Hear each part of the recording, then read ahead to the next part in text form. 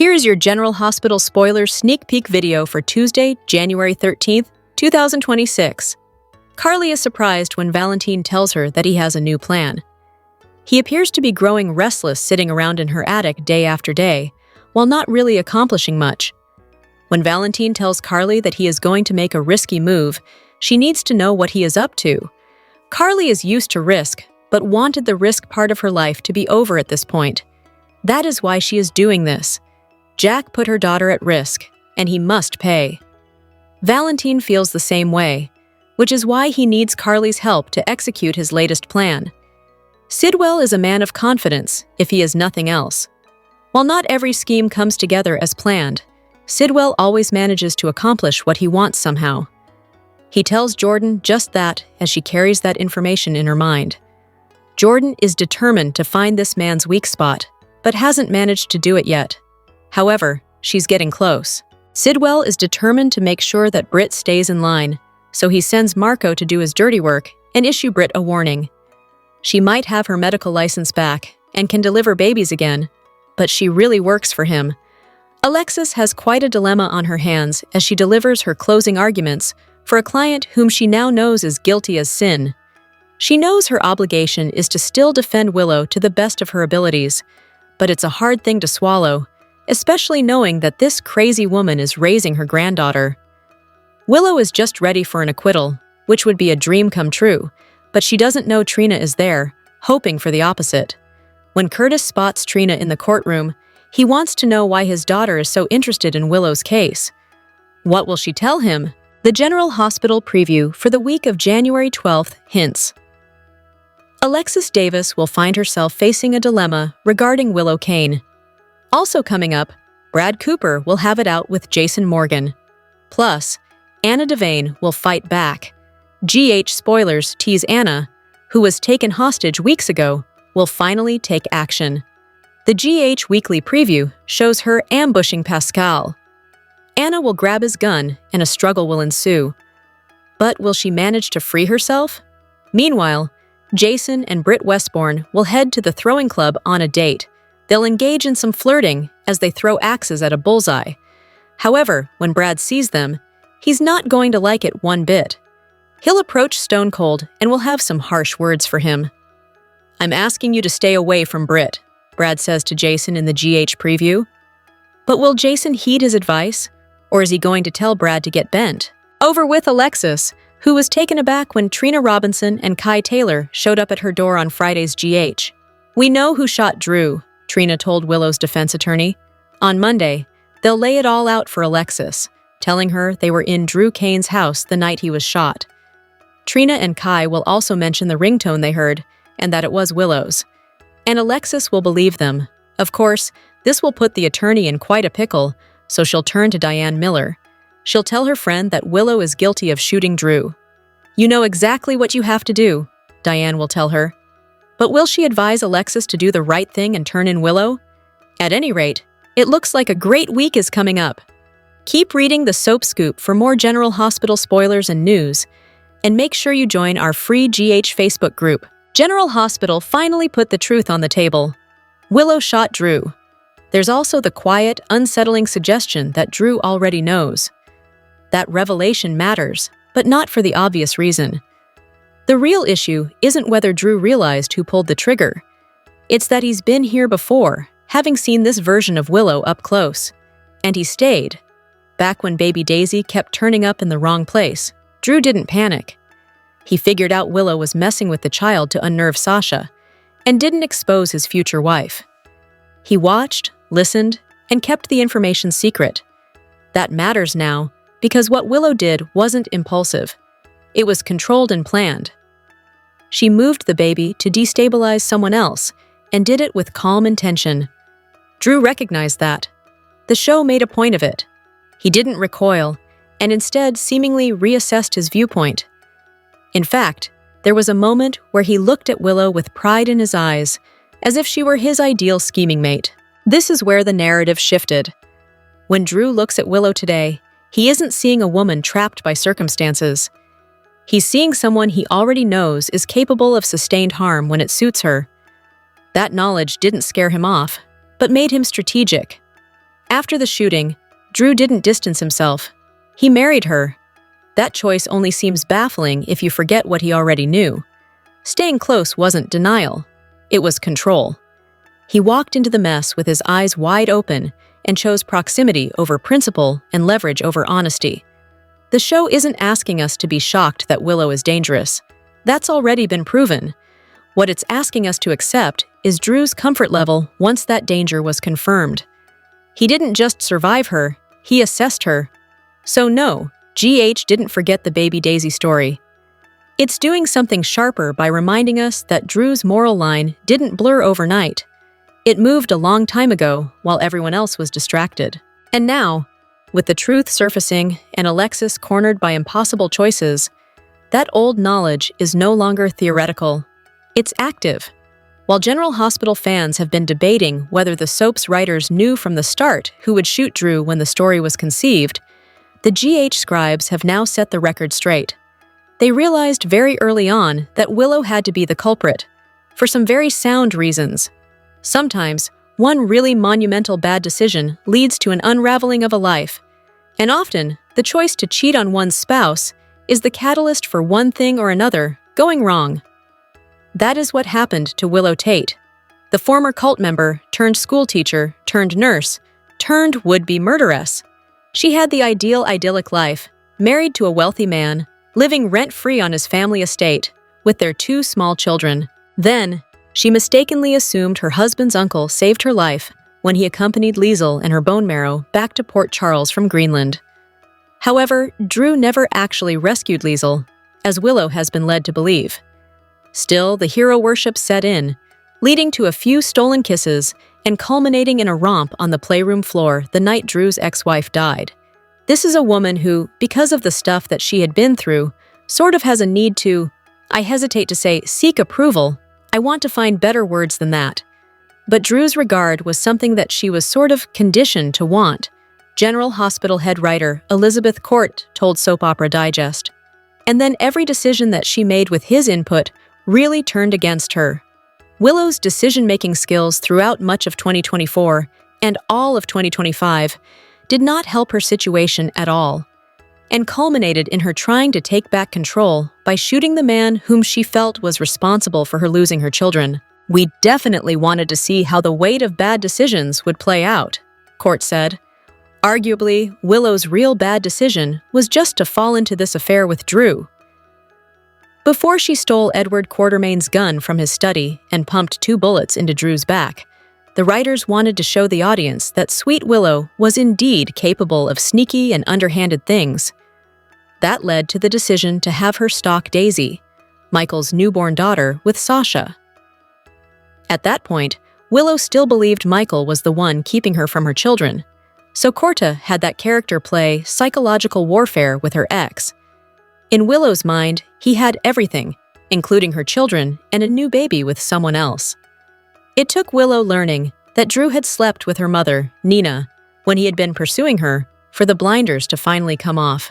It was at that moment that her eyes were open to Drew, but in the subsequent rollout, he made a case, and she agreed, at least on the surface, that with her custody case, her best chance of reestablishing her family was with him at her side. Co-head writer Chris Van Etten said, and at that point, she began to play a very long game. On the January 12th episode, Willow implied to Nina that she was not done with Drew just yet. Nina suggested that Willow could divorce her louse of a husband once she was acquitted, but Willow told her mom that it's not as cut and dry as she'd like to believe. The January 12th, 2026 episode of General Hospital, Alexis got the evidence she needed to prove that Willow's guilty. Molly and Cody became official, and Olivia pointed a gun at Drew. Drew and Willow returned home, and he was furious about Carly spilling a drink on him. He was humiliated that Carly did that in public, and although she urged him to let it go, Drew declared that he couldn't do that. Nina stopped by to check on Willow, but Drew was insistent that Willow would be acquitted. Willow continued to make faces that Drew couldn't see, further proving her disdain for her husband. A second knock at the door was Martin with a court order demanding that he return the Quartermain heirlooms to their rightful owners. Drew refused to comply, and he left with Martin to defy Tracy to her face. Nina was relieved that Drew finally left, and Willow shared her sentiment. Nina noticed how her daughter actively disliked her new husband. Willow denied her mother's claim, and Nina recognized how exhausting pretending to love Drew might have been. Willow was furious that Drew focused so much on framing Michael for the attempted murder instead of helping her case. Nina was convinced that Michael was the true guilty party, unaware that Willow was the secret shooter. Nina asked Willow if she believed that Drew purposely kept her from her children. She hoped it wasn't true. Nina urged her to divorce Drew, especially if Michael were to go to prison. With Michael out of the way, she'd end up with full custody. Michael and Jacinda hung out with Wiley, seemingly cozying into a future dynamic. However, it was bedtime, so Wiley wouldn't be awake much longer. Michael couldn't commit to Jacinda playing games with Wiley the following day, so they planned for a gaming session in the future. Michael wanted to avoid Tracy's family cocktail hour, so he floated the idea of leaving to avoid it. At the Quartermain stables, Cody and Felicia frantically searched for James' riding gloves. Cody's head wasn't where it should be, but Felicia told him not to be embarrassed about his connection to Molly. However, Cody didn't think Molly felt the same. Felicia apologized that things didn't go well, and Cody wasn't used to being rejected. This was a first for him. It was a significant bruise to his ego. He recognized that he and Molly had danced around being together for a while now, and he thought something special had been building. Cody felt like sharing his true feelings with Molly probably scared her off. He wanted things to work with her because of her incredible attributes. Cody respected and admired her, and she had overtaken all of his thoughts. Molly and Christina met at the Port Charles Grill to talk about Molly's first date with Cody. Christina screamed when she heard that Molly and Cody slept together in Justine's office. She was shocked that her sister did something so impulsive. Molly regretted saying no to James' inquiry about if she was Cody's girlfriend. She told her sister how awkward it was, and she didn't think it was salvageable. Christina urged her to make things work. Michael and Jacinda arrived at the restaurant and joined Christina. They asked her to join them, and although she wanted to give them alone time at first, she agreed to join. Michael asked about Alexis, but Christina hadn't spoken to her. She didn't agree with her mother throwing her brother under the bus. Michael received a call from Wiley, which gave Jacinda a moment to apologize. Jacinda thought she made things worse for Michael. Christina issued an apology of her own for trying to buy off Jacinda. The money had been returned, and Michael returned to the two, and they joked about Wiley's competitiveness. Christina shifted gears, asking Michael how he felt about potentially being implicated in Drew's shooting. Molly showed up to the stables unexpectedly, so Felicia took off to give them some space. Molly asked to go first so she could say what she wanted to. Cody felt like it was too late for her to take back that she wanted to be his girlfriend, so it was official.